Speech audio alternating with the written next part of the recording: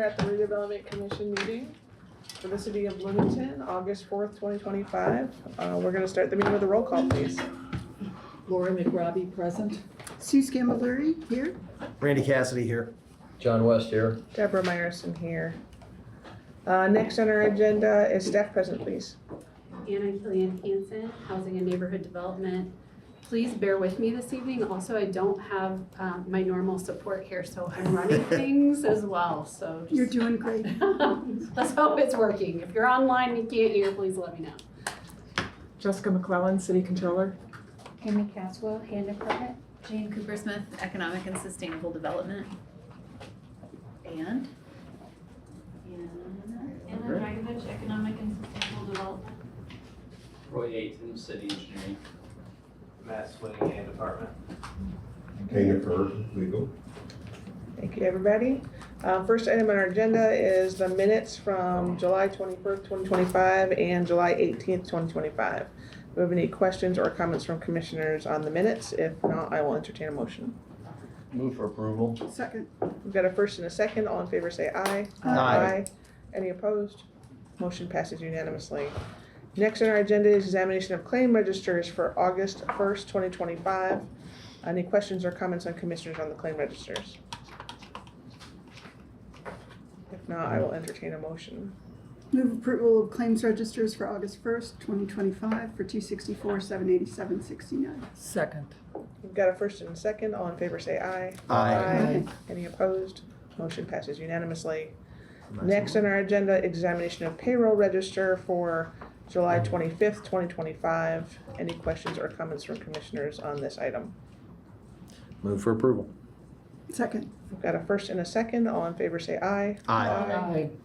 Any opposed? Motion passes unanimously. Thank you all. First, our next are our reports of officers and committees. Do we have a director's report? You do. There was one that was incorporated into the packet as well. I'll briefly go through it. Our consolidated plan has been provided to HUD. Our initial feedback was, wow, you guys did a lot better than some larger communities. So way to go, us. The other thing of note is that I know there's a lot going on in the federal world right now. There's a lot of talk of removing home allocations for 2026, but it looks like it's potentially back on the table. Of course, nothing has been decided yet. But I have outlined that in our in the director's report. Our CAPER is out for public notice. That's a summary of how we've done each year. Is that an acronym? It is Consolidated Annual Performance Evaluation Report. Thank you. So we call it CAPER. Just to be aware, I kind of wanted to update you a little bit more regularly on the events that are happening in the hand department, because we often don't, but we should. We do have 4 home buyers that have received down payment and closing cost assistance over the last month, with another one on the table, so that's wonderful. We do have 7 Habitat for Humanity homes under construction that we are providing a portion of construction financing for. We had a project with the Boys and Girls Club for a security update that is now completed, and a shade sale and siding project for New Hope for Families. That has concluded. The Housing Authority had a bike pod project that is nearing completion, and you guys will actually hear some about that this afternoon or evening in another resolution.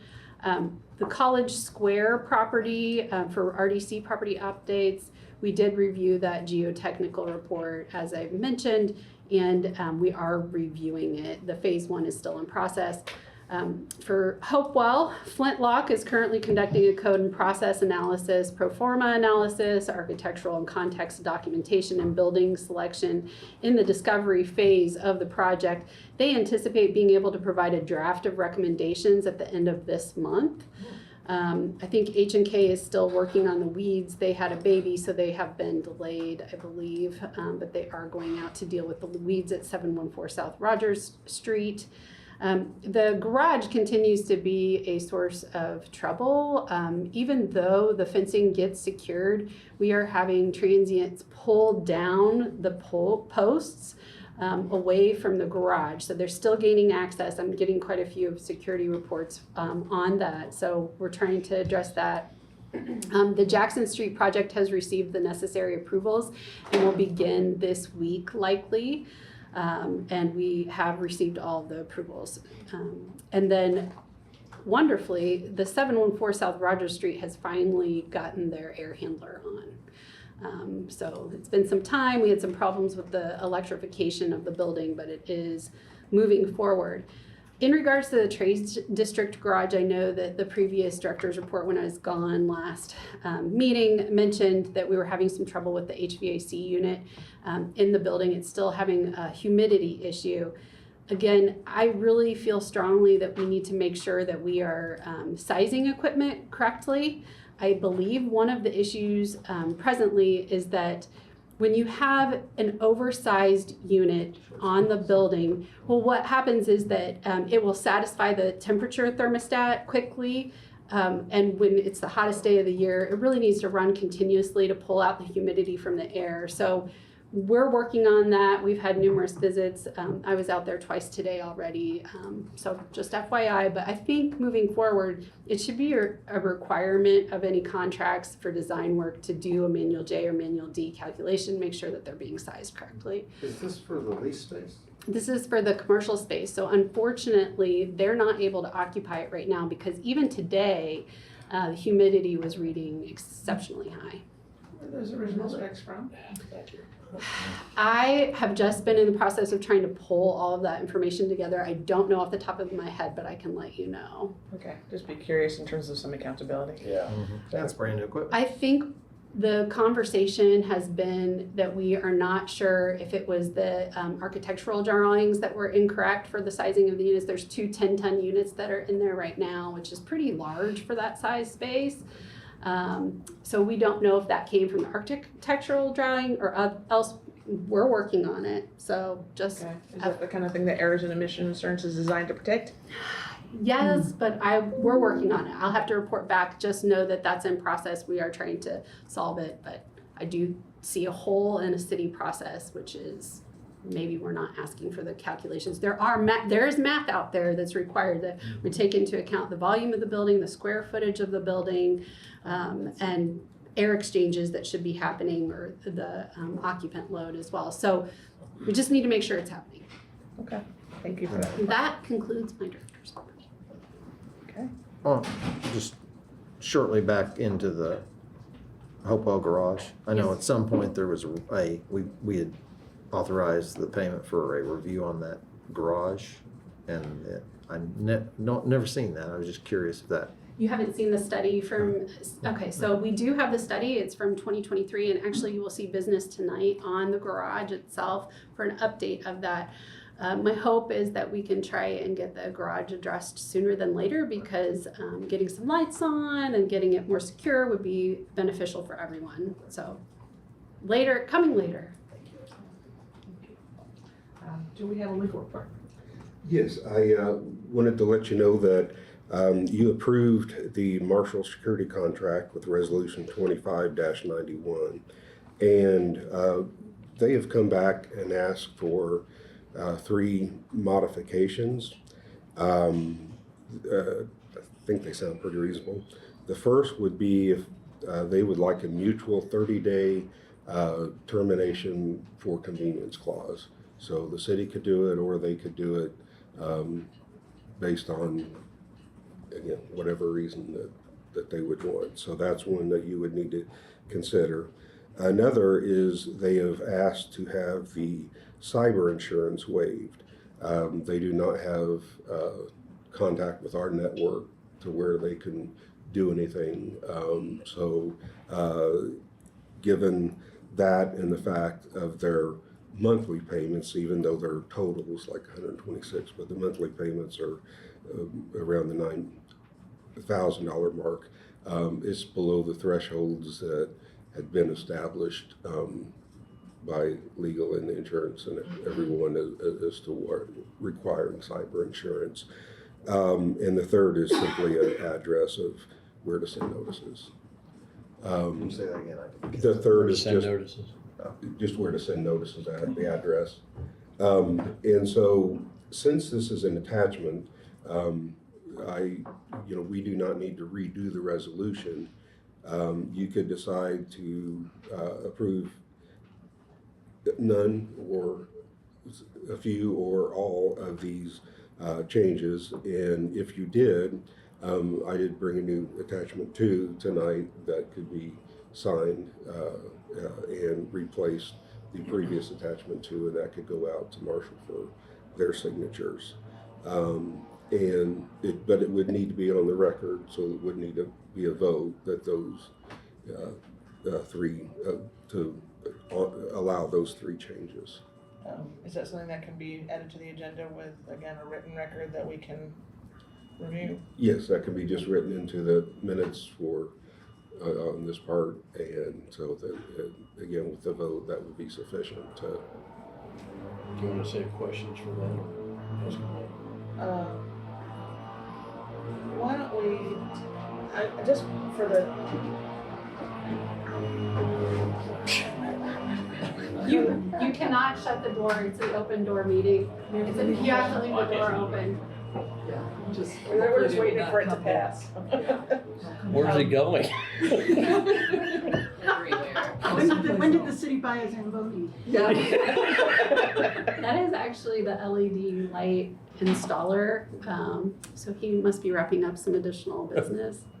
Yeah. In terms of the question for amendments to resolution 25-91, I'm gonna propose that we add it to the agenda. I'd kind of prefer, just for the clarity of it, to include questions at that point in the agenda. That's fine. Is that reasonable? Yep. Um, Want to know when? okay, that sounds good, because I have a question I will ask later. Yeah. Sorry, my screen just, okay. Anything else for legal report, please? No. Okay, thank you for that. We have a treasurer's report. Cole Frostbrink is here from Reedy Financial, and they prepared the Q2 update, and it's in your packet this time. And Cole is going to provide a presentation on that, and then take your questions. Yep. And like she said, Cole Fosbrink, Rudy Financial Group here. Might be a different face than you might be used to with either Matt Frishy or Justin Chang, as they are out welcoming their newborns into the world. So you're stuck with me today. But I'm just going to take you through your Q2 update on your TIF financial plan that we update for you quarterly. And I'll start you on page 4 if you guys have it in front of you. I think the first couple of pages you guys can reference if need be. But page 4 is going to have your Q2 claims for all of your capital outlays and other services and charges that were allocated to certain projects for June, May, and April. You guys can look through those if you'd like. And your pages 5 and 6 are going to have kind of a monthly zoomed in look for each of your main TIF funds, the Consolidated TIF Fund and the Kinzer Pike TIF Fund. And you can kind of see a monthly look at April, May, and June and just check out Q2 numbers. Since this is a Q2 update, you'll have your TIF revenues, your first round of TIF revenues shown in here now. And looks like the Consolidated Fund brought in a little over $10 million for its first round of revenues for the year. And Kinzer Pike brought in $44,000. Each of those being right on track for what we project for the entire year for those areas. We're looking at this, our allocation, just quick. The primary amount of revenues that are going to come in will come in June and December. Mhm. That correct statement? Okay. Yep. So would you by chance know what the revenue was for 2024? Yeah, it's on page 7 there for you guys. You can look at your actual 2024 column there, and Sorry. TIF revenues were about 15.9, looks like, for the consolidated allocation area. And you'll have that for both funds that you can reference at any time. On this, we'll always show 2 years of historical data for you in case you need to go back and reference anything. Okay. We'll show 2 years historical, and then we'll work with Jessica and team to keep the projected 2 years as accurate as we can. This is a living, breathing document for you guys. This is something we will tailor to your guys' wants and needs. Each of these fund tabs is something you can have us make it however you guys want. Okay. So just going through from 4 to 7 in Mhm. regards to the financial end of it, where we're talking essentially 10 million as our Q2 on that. And then we've got our projected revenues on 2025 at 18 million total. Yep, for So- TIF revenues. Just because of where the TIF revenues roll in regards to property tax and the increment, where do we come up from? I mean, if we go 10 million on June and then we go to 18 million total, what happened to the 2 million? Is that just a projection basis to be conservative? When we hit projected 2025 on the 18 million, or is that just through projected 25? Okay, you're at 20. Thank you. TIF revenue collections. It's the interest revenue that makes the difference. Got it. Yes. Got it. Yeah. Thank you. You're still at 20 million, but 20 million total revenue. In total revenue. For yes. projected 2025. Was talking specifically for your TIF revenue collections. Perfect. They are right on par with what we project. Is the Hoosier Network Spider TIF reflected anywhere in this? I'm just want to make sure I didn't miss it, but I'd be interested if that I think would be we something only that would- have the consolidated fund and the Kinzer fund. And Jessica let me know this time around you guys wanted to add into this the 2519 fund. The RDC fund and the Hoosier Meridian Spider That's the TIF 444. Thank That's you. the 444. is not in this. There's no revenues yet, Okay. so it's not in this.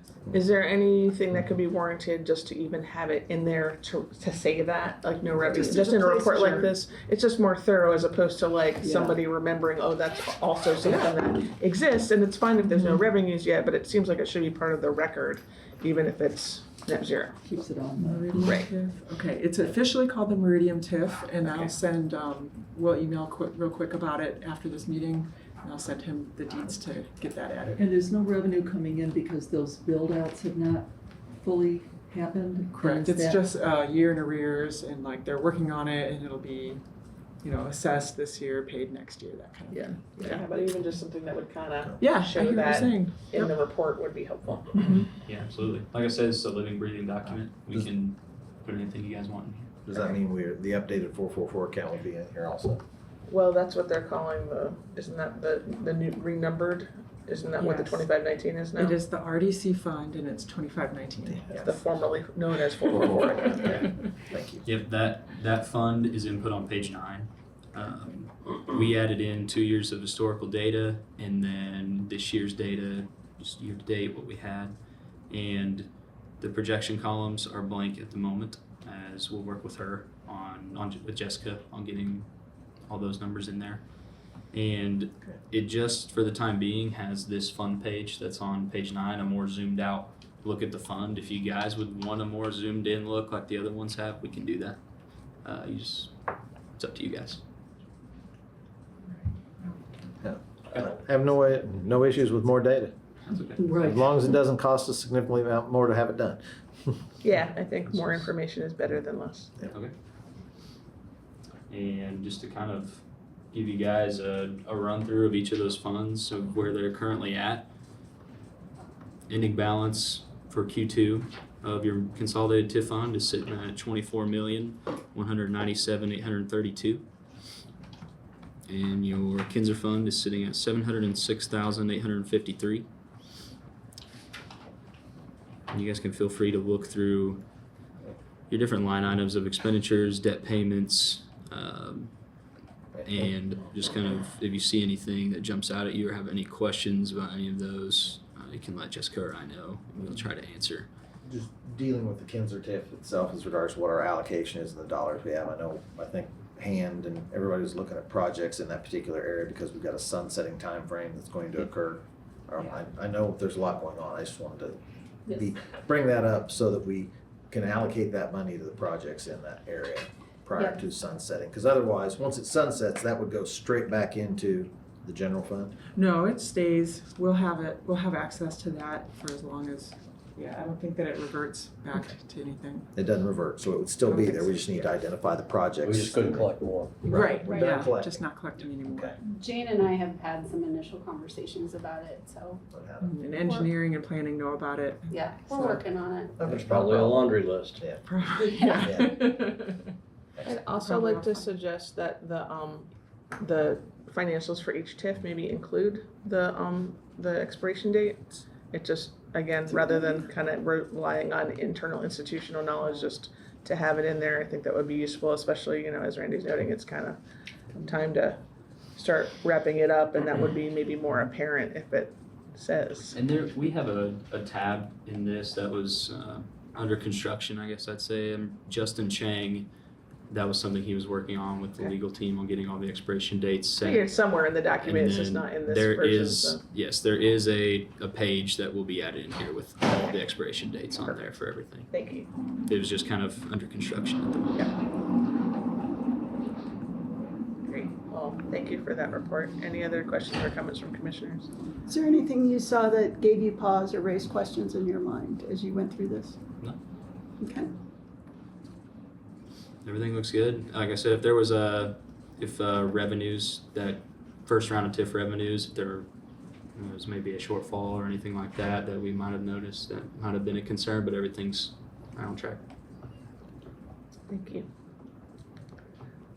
Next item on our agenda is a business development update. I'll give a short one from ESD. So I'm working on Forge project closeout documents for the EDA grant and just wanted to note that milestone. It's really exciting, and when that's buttoned up, I'll give you a little detailed report on kind of where we landed against our planned budget. I wanted to let you know that in partnership with Downtown Bloomington, ESD is working on a downtown action plan, small business action plan. So that's in part about the built environment, but also in part about how business behavior and how we're attracting people. And we're just really excited. The consultant's awesome, and that's going to help make our small businesses really savvy about how they're engaging. We're also issuing a bunch of safety and cleanliness grants, which I'm so glad that we have them, but they help businesses respond to the impacts of our unhoused neighbors on our downtown built environment. So that's really helping people navigate those challenges. And then Holly has been having a really productive time on her BEAD subcommittee with the Capital Improvements Board for the 1% for the Arts piece on the convention center. So that's great. And then I believe they're firming up plans for the Hopewell 1% for the Arts piece, which was delayed and will now have a fall installation. So we'll share those dates as they become available. When you talk about the downtown small business grants, can you extrapolate a little bit on that, on what the benefits are, and is it just to the downtown individuals? Well, these are specifically for safety, forget the grant title, it's safety and cleanliness. So it's really, was your window broken by someone with a brick? Did someone leave a mess on the stoop of your business? It's not very pleasant stuff, but it's really burdensome for the small businesses to have to respond to these issues. And they've improved a lot. I'll say that too. A year ago, the feedback that we were getting was much more frequent. There's just been all hands on deck between Public Works and Brighton B-Town and really helping mitigate these issues for the community, but still they come up. So it's nice to be able to try to support them through it. It's a maximum of $5,000, I believe. I think so, yeah. Which is fine, but as we look at our downtown and we get ready to have 40,000 visitors come here, it's good to have that corridor in downtown, cleanliness and safety, so that the most precious things that people have are brought into our community. Yes. They look at the cleanliness, the safety, and the character, and it attracts them, doesn't detract them. So those safety grants, Yeah. So if you have an impacted business, then send them to the ESD website. Please do, yeah, send them, or just send them to me or Dee DeLaRosa. Thanks, that's all I have. Okay, thank you. So we'll now proceed to our next items of business. This includes Resolution 25-95, approval of addendum number 1 to the Vet Environmental Engineering LLC agreement regarding 714 South Rogers Street. Who would like to speak to that? Me. So as you know, we had the moisture intrusion issue at the 714 South Rogers Street building. That was remediated, and we went to electrify the building, but unfortunately that service had gotten cut. It's taken quite some time to try and get the building electrified. It is now electrified. It took quite some time to get the air handler on. The air handler is now on. Unfortunately, the time lapse from the time that we mitigated to now, we have some needs. So there was some mold growth, specifically on some, I think some wood materials. And so VET has a proposal here to go back in and do some spot treatment, some selective demolition, and some monitoring of what's going on there, just so that we're not further, we don't have any further degradation to the building. So that's what this is. unfortunately. How'd the power get cut? I believe it was during the demolition, it was the actual service line to the building that got cut. It was not as easy fix either. I can give you more information from facilities who's been working on trying to get that hooked back up, but it was their main line to the building, so it was not just an easy, let's hook back on. So is there any liability on the contractor who cut the line? I don't think so. I think that I think what has been communicated to me at least was that there was a miscommunication about, and unfortunately, that's where we ended up. Okay, any questions or comments from commissioners on resolution 25-95?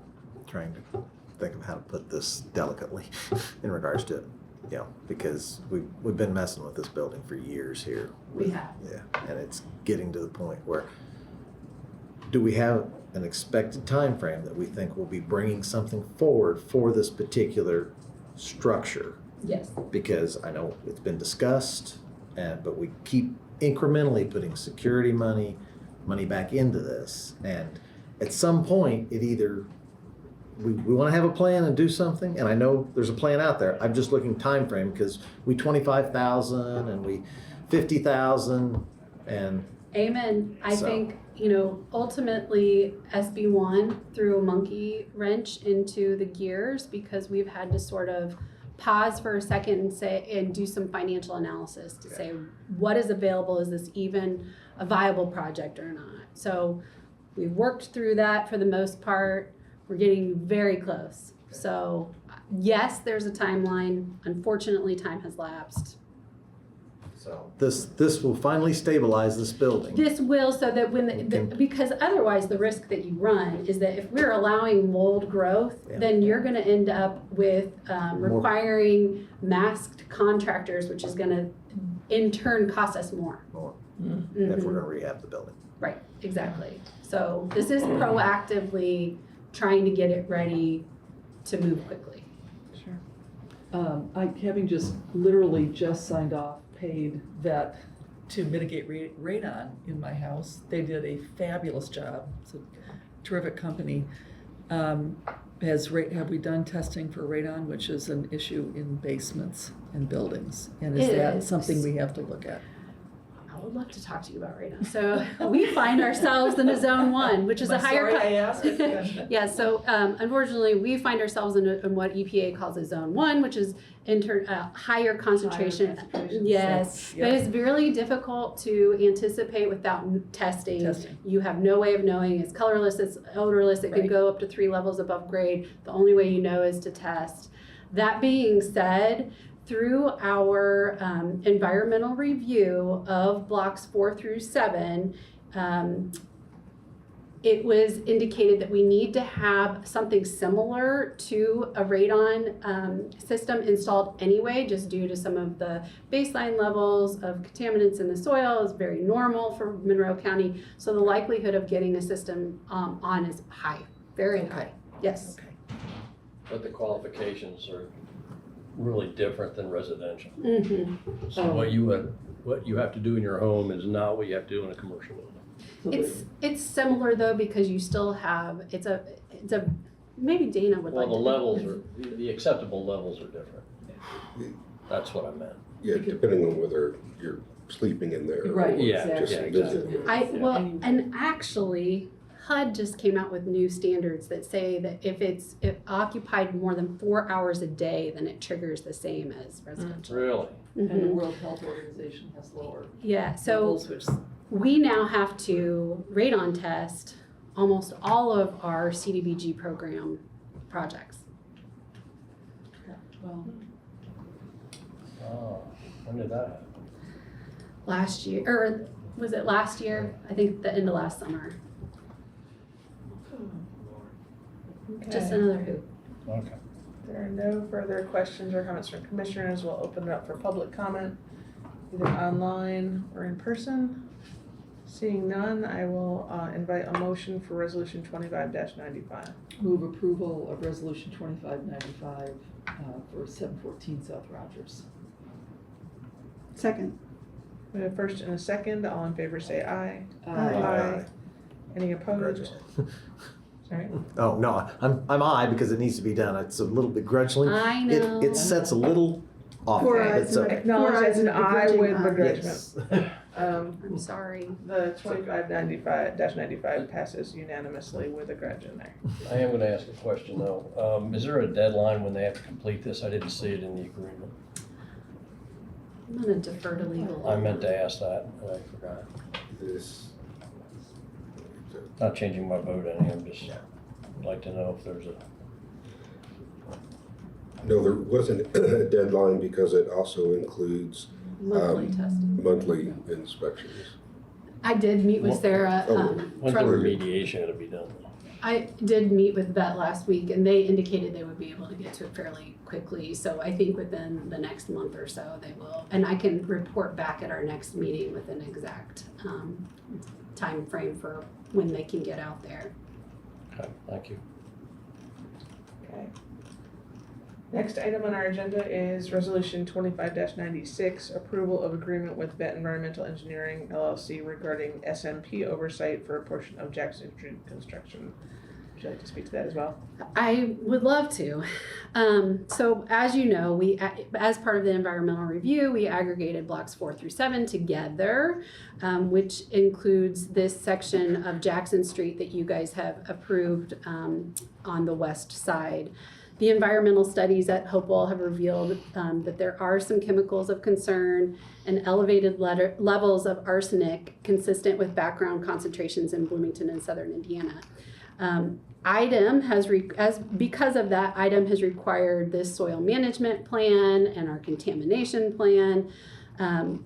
So the portion of Jackson Street that's ready to be constructed has been determined to be an integral part of the infrastructure of Hopewell and such must follow the soil management plan, even though it is not near where the petroleum was found. Vet prepared the soil management plan and has oversight of the current Jackson Road construction, so that's why, excuse me, let me back up. They developed the soil management plan and negotiated with IDEM. So that's why we feel like they should be the ones on site. What needs to happen is they'll be testing the buckets of dirt to make sure that there's nothing else going on that would require further consideration.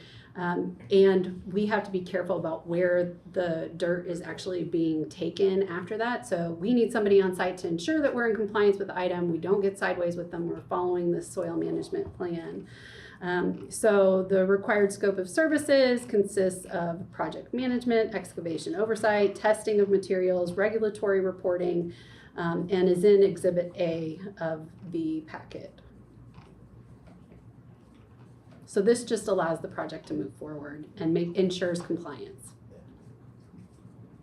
As this moves forward, will this vet be under Roy and the Public Works venue or working side by side with them in regards to? I would say, Roy, how would you put that? More side by side. We had a pre-construction meeting last week. Everybody got on the same page. They're going to be intermittently coming to the site to test the buckets of dirt. Do you have anything else you would like to say? That's actually kind of common on some jobs where we have environmental concerns, and that coordination already exists. That has done it in the past. We've done it with the past. There's coordination that goes through the entire project when we do this. So. Okay. That works. Just wanting to make sure that the contractor, the Public Works that's oversee, and this is not something that happens, oh, we forgot to call.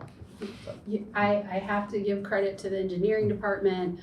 They conducted a pre-construction meeting with everyone at the table. They did a wonderful job of walking everyone through what the requirements are to ensure compliance and make sure that this is done right. So they did the right thing. Perfect.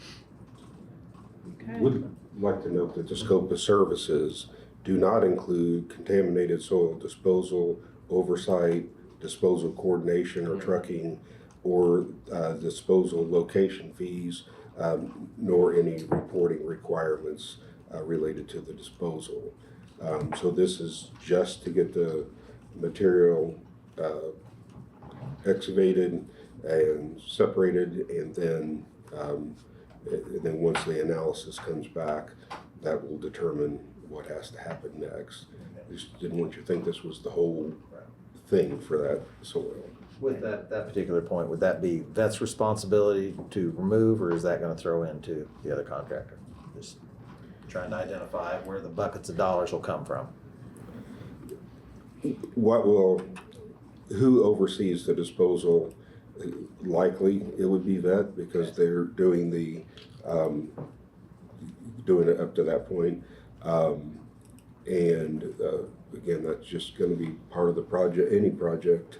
And with the No. soil management plan, it just happens to be where we consolidated the lots. It's not where the contamination is. So This particular project, we don't anticipate finding much more than arsenic, which is again in baseline levels in Monroe County soil, so. But we still have to be careful. gotta be careful, make sure. So will there be another contract at some point for the actual handling of the soil? Possibly, because in some cases, you're able to reuse that soil on site. If it stays on your property. I don't know if that's something that, really shaking his head, that they're considering. So it could be that there may not be any effort other than the city moving the soil to another part of the site to use it for fill or whatever they need to. Which So- will be confirmed by testing. Yes. We're not moving contaminated soil and reusing it on site. Just want to make that clear. Thank you.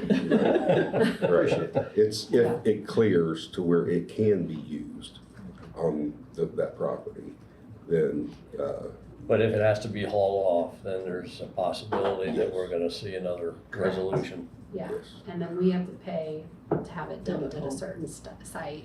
But they won't take it unless you know what is in it, and so. Yeah.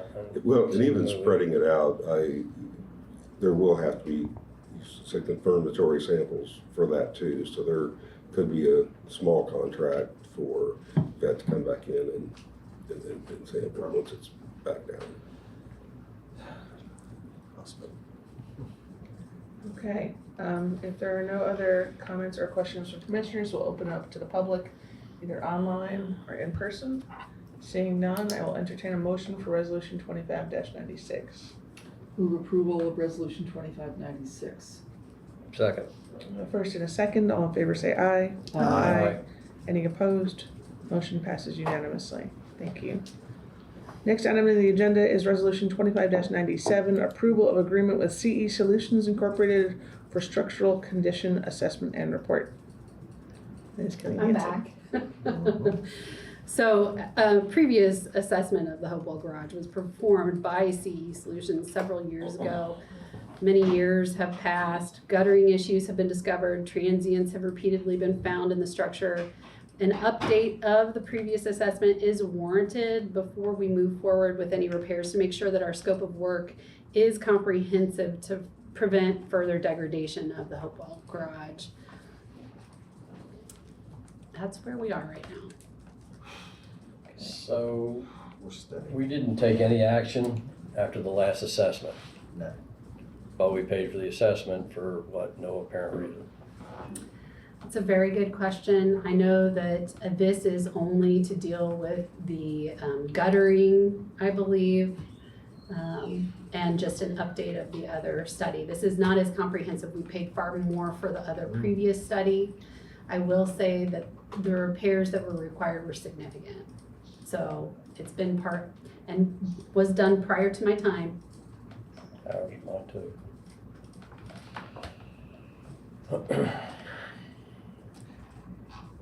If we're gonna study it, We're gonna do it. that's what my question is. Yes. Because quite frankly, I like getting the engineering reports to identify what needs to be done, but we need to start putting in some action plans, which you're doing a great job of, to make sure that as we spend these monies on consultants, that we actually either fix it or tear it down. We're gonna fix it. We're gonna be back before you, but I wanna make sure that we know what we're doing. And these people are the individuals that did it previously, Correct. and then we'll have a report that'll be comprehensive and done fairly reasonably before we hit a season where we have additional degradation based on lack of guttering, rain, funds. Correct. Okay, thank you. And their fee would be $11,500. Do we have a time frame? Yeah, that was in here, I thought. End of the year, wasn't it? Yeah. December 31st. Yeah. Well, just out of curiosity, do you remember what the first assessment cost? I have those open I do not remember, and I cannot minimize my screen Yeah, right now because I'm hosting. right. Let's see if we can figure it out real quick. I just wondered how less expensive this And we can send this. update is. I have this. Well, how much did it cost us for the CEs? Open my quick What was search their under invoice? Do you have a way 2023. of pulling it from New World? Let's see here. Let's see. Yeah, we can pull that from New World real quick. See- Yeah, I'll pull that cost of the first study. Yeah, Okay, that's the first I'll study. get that in a little bit here. It was definitely more than 11,000. I'll let you know as soon as I have it. Let's see. There are no other questions or comments from commissioners on 2597. We'll ask for public comment. Seeing none online or in person. The previous is more for reference, it's not for this resolution. So, Well, it is for this resolution, but it's not probably gonna change the vote any. well, that's what I mean. Oh, wait. Okay, well, I will ask for a motion to keep our agenda moving along here for resolution 25-97. I'll make a motion to approve 25-97. It appears that we paid $87,675. So this clearly isn't available. Thank you. Second. We have a first and a second on resolution 25-97. All in favor say aye. Aye. Any opposed? Motion passes unanimously. Next item on our agenda is resolution 25-99. Approval of amendment to CDBG agreement for physical improvements with the Summit Hill Development Corporation associated with resolution Did we skip 25-39. the Forge? We did. Sorry, was there, I just am going by the Yeah, links in my, no, I thought it was just removed from that because I'm going by the links, the bookmarked links on my navigation Oh. screen. Oh, Yeah, sorry. 98's not on there. And 98's not there, Yeah, so you're I right. will resume on 98. I'm just scrolling to the end here and I'll get my bookmark in It's place. just 2 pages before the 99. Yeah, I've got it. So we are actually now onto resolution 25-98, which is approval of final expenses for the furniture, fixtures, and equipment for the Forge. Who would like to speak to that? I'll speak to that and give Anna at least a little break. So this requests approval to pay Studio Access's final invoice for the Forge. So I'm not sure if you remember, but you approved them to select furniture for on behalf of the Forge, and they had just a few remaining jobs this spring. So I asked them what they performed. It was a site visit in May to do a punch walk of the furniture. There were some delivery issues, so they walked the space and provided some guidance on those solutions. And then they had some follow-up items afterwards. So this is truly the final invoice for Access. I was surprised, I didn't realize it was coming, but after they explained what it was for, I felt comfortable coming to you all to request approval for payment. So this isn't to approve the actual invoice, it's to approve increasing the amount of the budget for the FFE, and then you'll see that invoice come through the regular claims process. Okay. Thanks, Dana. We allocated $150,000 in the beginning. We were $3,243.83 over that budget. And now to finalize everything with no additional dollars coming in, we got another Yeah, you know, $1,205.75. It's tiny. Dribs and drabs at the end, just because we're getting so close. And I think I mentioned in my director's report where I'm working on project closeout, and it does look like we're under budget on construction overall. And this is just a category that, for whatever reason, it was underestimated very slightly, You so. just touched my heart when you said we're under budget overall. Yeah, well, and I mean, that's just Okay. John Fernandez and Weddle, they've done a great job, Yeah. and Building Associates. So the whole project was what, a 154.4 approximately, is that? 154.49.56. Yep. Just under 155. Okay. $5,000 over on furniture, but under budget on the whole thing. Okay. And I'll report out on what that is exactly when I have those numbers ready. Thank you. If there's no further questions or comments from commissioners, we'll open it up for public comment. Seeing none online or in person, I will invite a motion for resolution 25-98. Move approval of resolution 2598. Second. We've got a first and a second. All in favor say aye. Aye. Any opposed? Motion passes unanimously. Resolution 25-99, approval of amendment to CDBG agreement for physical improvements with Summit Hill Development Corporation associated with resolution 25-39. Matthew Swinney from the Hands Department. Hello. So we're just adding to the scope for this project. Originally it was bike pods and storage over in the Crestmont neighborhood. Initial estimates, they thought it was going to cost a lot more. Now that we've gotten down to actually doing the project, things have come in under budget. So instead of recapturing money, we spoke with Rhonda Moore, and they have a lot of adjoining sidewalks that are in need of repair. So we thought it would be a good idea to expand their scope so that they could repair those sidewalks and bring the whole neighborhood up along with the bikes, bike storage. That's good. Okay. Any questions or comments from commissioners? Easy answer. Yeah. Okay, I heard one comment. Any public comment? Seeing none online or in person, I will invite a motion for 25-99.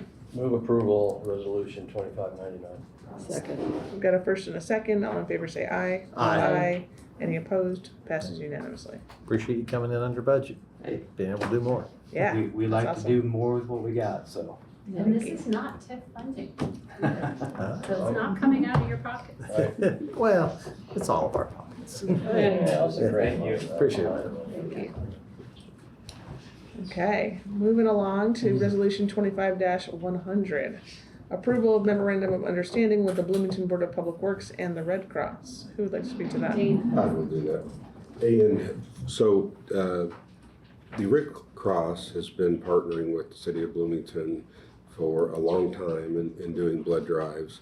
And most recently, they have been conducting them in the council chambers. And the council chambers having gotten new furniture and carpet, they started getting worried about that being used. Change the color of it. Yes. Also just being right there, and it's kind of nice to be in the middle of things, but it's also, there's a lot of employee activity there as well. So it was discussed about using Showers West, which once is empty of the other tenants, you guys will transfer to the city anyway.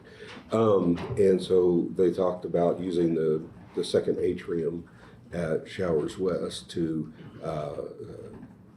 host that. They had not had a memorandum of understanding before, so we at Legal worked together to come up with a memorandum of understanding to help make sure everybody knows whose responsibilities are what.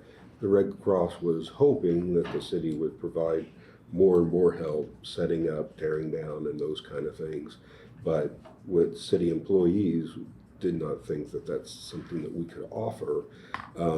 And so we wanted to make sure that all of those kind of considerations were laid out so it wasn't questionable responsibilities.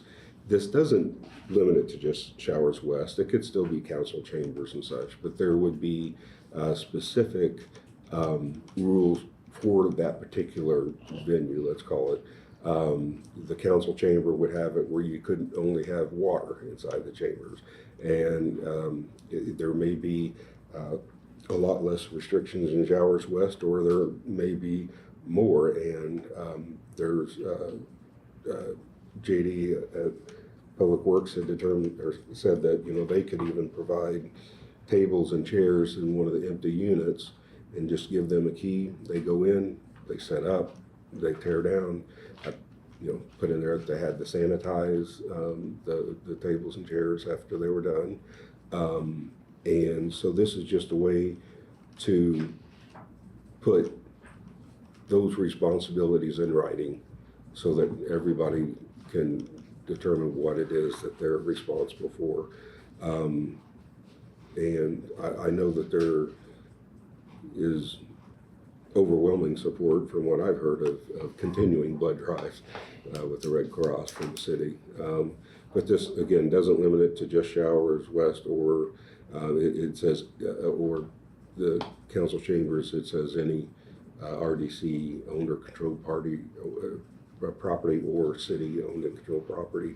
They may determine that another venue ends up being better in the future, especially if changes are made here and at Showers West and such. So this has gone to the Red Cross. I got an email this morning that they accepted it, and we're going to sign it and get it back to me today. I haven't seen it. I've been in meetings, so it could have come. But anyway, they're on board with it. Public Works, already been talking with them. It will need to go through the Board of Public Works as well because it's related to city facilities. So this is a three-way agreement. And the RDC really wouldn't be, once the Showers West property gets transferred, wouldn't really have a role unless they wanted to allow use of another property. So this is just the ability to continue blood drives with Red Cross with some guardrails. Thank you. Any questions or comments from commissioners? Yeah, question. So as I understand this MOU runs until the end of next year. Yes.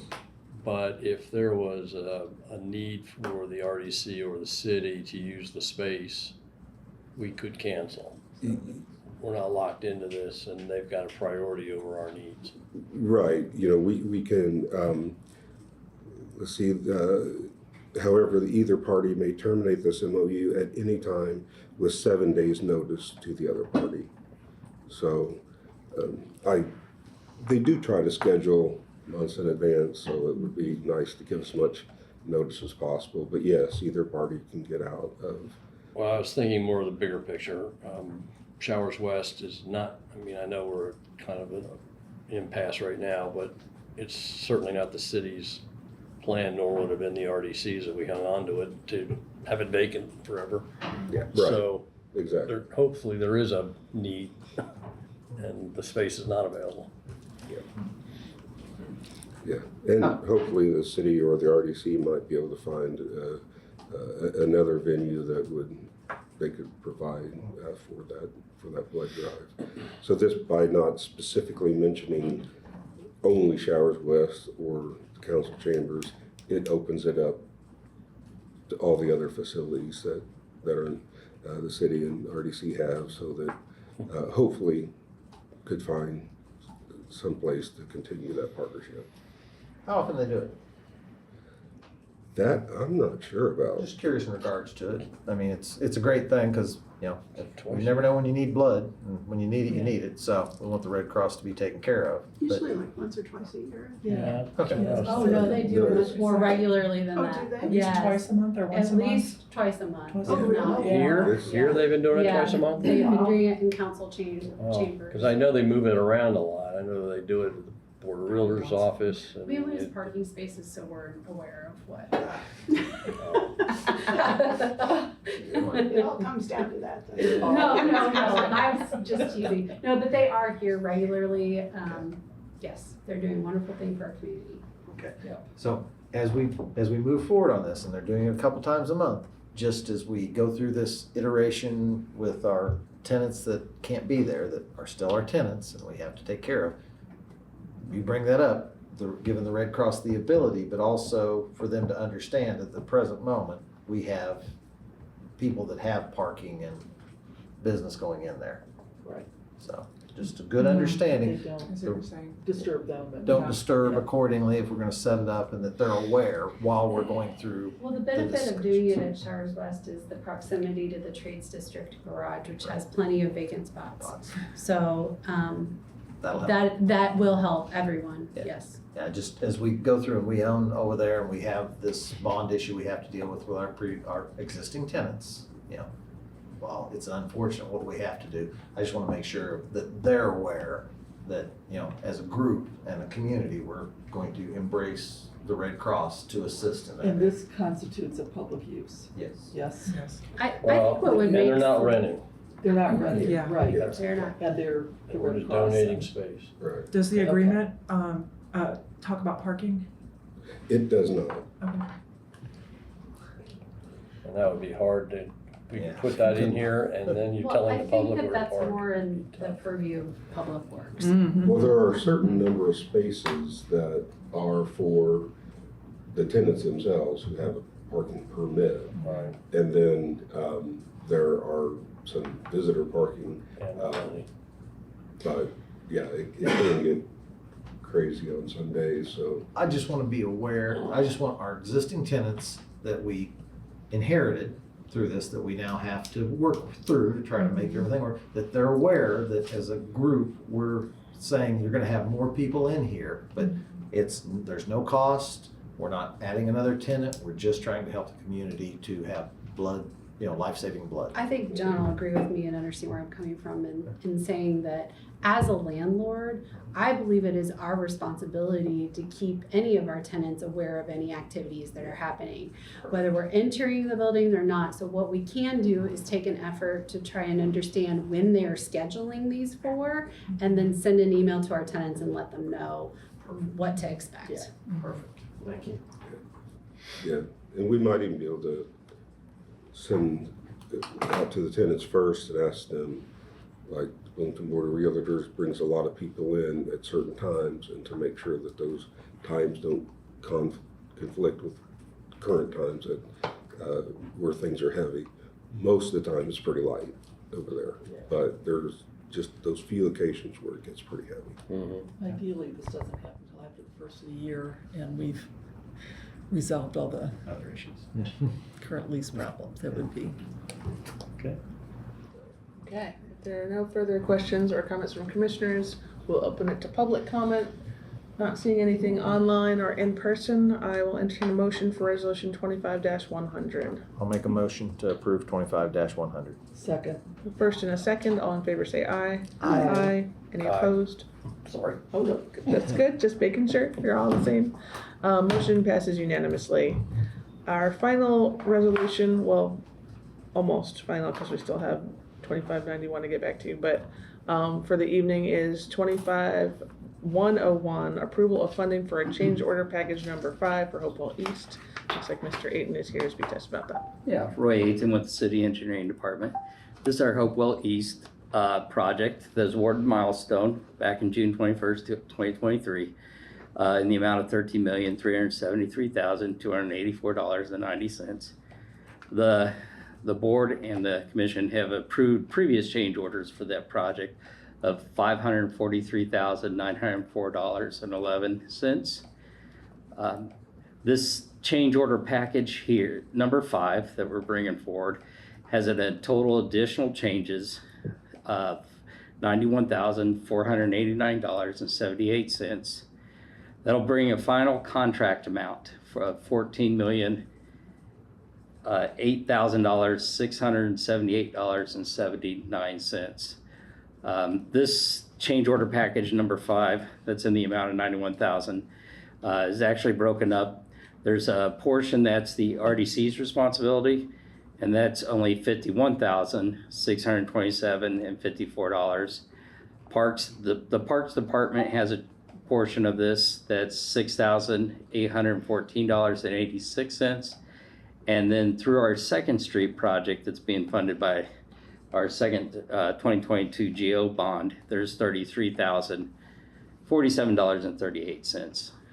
Also with this package of change orders, there are 6 days that are being added to the project for the final completion date, which were passed, was December 2nd, 2024.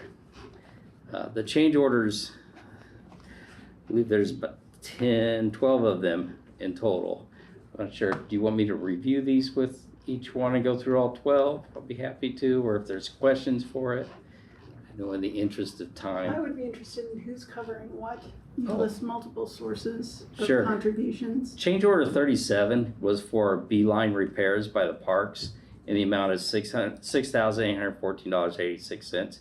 And that was during construction. We realized there were some portions of the beeline project, the existing beeline trail, that needs some repairs to it. While we were there with that, we said we'll have our contractor do it, but Parks Department's paid for those funds. The other one is change order number 42 in the amount of $33,047.38. What was discovered during construction was for our 2nd Street project that's coming towards the end of this year, there is a section of the storm sewer that needs to connect inside the Hopewell project. So we need to extend the storm sewer pipe to the north and then add another structure. So that's those costs, but we feel instead of the RDC paying for that, we'd have the 2nd Street pay for that because they're the ones that need it. But we wanted to do the work at that time because we didn't want to complete this project and dig it back up. So the idea was, let's go ahead and get this work while we're there, but we'll just pay for it out of the bond. There's one other I'll bring up, that's change order number 46. That's in the amount of $4,213.25. This is for some ADA ramp repairs and sidewalk repairs that are on Centerstone. And what was discovered afterwards was that it was not ADA compliant, and it was not done ADA compliant by design. So there was an error in the plans. We did have the contractor do it. Those amounts are included in the RDC's portion here, but that's also what we call error emissions recoverable. So we will go back, and we've already talked to our design consultants, and they will pay for that portion. So 4,000, even out of the 51,000 for the RDC, another $4,213.25 will get refunded back to us. Back to the RDC. After. Yep. Okay, thank you for that overview. Do you have other clarifications, questions about the change order package number 5? I just appreciate the fact that you were able to look at it and work with the design engineers, that when they made a mistake, you held them accountable, and they were agreeable to understand that, you know, this is something that had to be done, and it was done in the correct fashion. I appreciate your oversight on that. Thank you. Any public comment online or in person? Hearing none, I will entertain a motion for resolution 25-101. I'll move approval of 25-101. Second. We have a first and a second. All in favor say aye. Aye. Any opposed? Passes unanimously.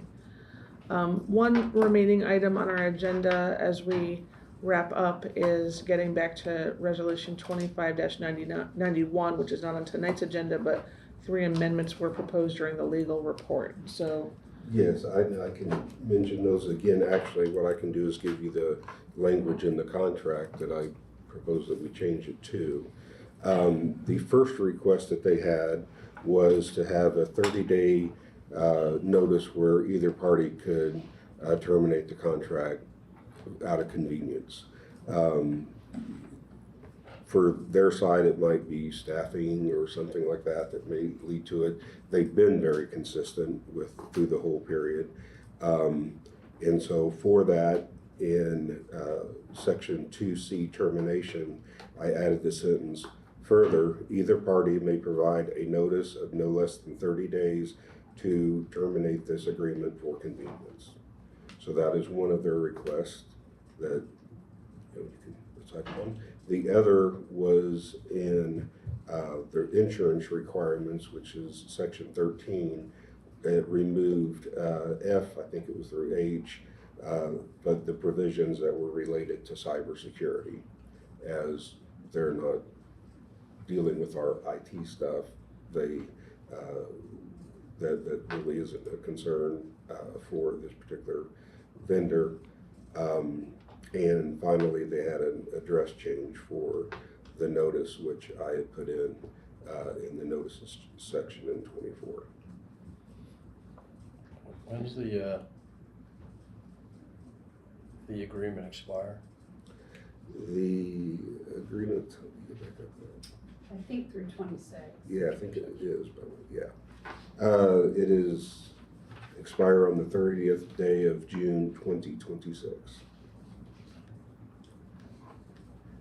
I'm just curious, what happened with the original review of the contract that these amendments would not have been brought up before it came to us as a resolution? The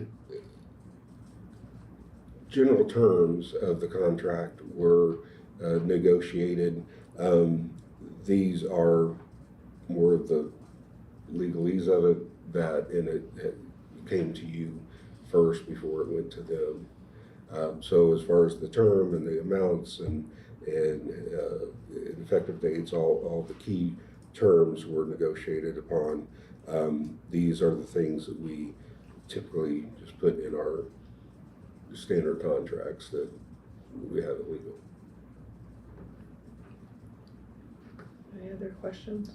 Just have a question about the cybersecurity insurance. And I'm sort of ignorant of exactly how the configuration of things work here, but I don't know if we've had other instances where we've allowed people who are in agreement with us to waive it. I mean, we're in a particularly fraught it's environment very right now, so. common. We don't require these in a lot of contracts. The only reason I didn't take it out to begin with was that I did not know when I was drafting the contract and didn't have time to get everything together of whether they actually had any involvement with our system or not. You know, I didn't know if they could check in with, let's say, the police or something like that, where they would have some sort of access point to get to it. But them not having that, they simply report to what they find. And so therefore they have no access to our IT system to where, I mean, I guess hypothetically there's the remotest chance because there's so many weird things out there, but you can't, but again, if I'd have known that that was the only interaction, I would not have put it in there to begin with. Gotcha. And it doesn't appear in many of our contracts. It's so. And some people just go ahead and agree anyway. So. I just wanted to ask for something future like this that might come up in terms of amendments to a previous resolution, and I understand that doesn't require a new resolution, which is fine. I would much appreciate if it could just be appended to the agenda in terms of just have the three things written up, you know, whatever kind of format, but just having to present it verbally. I certainly appreciate that you've done that, and I'm glad that we can take care of this business tonight. I just think that in general, as a practice, having in a written form in the agenda makes it easier for us to review, and it's just easier for, you know, public record and all that stuff, even though I know it'll be in next month's minutes or whatever, but just saying. Right, and I agree, and that falls on me. Okay. I took last Thursday and Friday off. Okay, So I was working really hard to get everything in the packet. absolutely. And then when I was going through everything this morning, it was like, oh no, I didn't include that, but I would like to get that contract completed. So that totally falls on me. Like I said, I took 2 days off and it just. They were rightfully earned. Okay. He's been working his tail off for the RDC. Absolutely. Would you feel bad? Just for the future. That's good. Okay, I realize this is a resolution. Is there a public comment? Just invitation? Okay. Public comment on these amendments for resolution 25-91. Seeing none online or in person, I will entertain a motion. Or we do you need a motion, or we're doing the same thing, it's just not a resolution, right? Just approving the amendments? Move for I think you approval. can Or move to approve the amendments? Yeah, Okay, as well. Move for approval. okay, we've got a Second. motion. Second, one motion and a second, all in favor say aye. Aye. Motion passes unanimously. Thank you for your help with that. Any other additional items on our agenda for business general discussion before we adjourn? No, but I'm happy to answer any questions if you guys have anything. Thank you. It's good to have you back. Thank you. Okay. Well, I will invite a motion to adjourn. So moved. Thank you.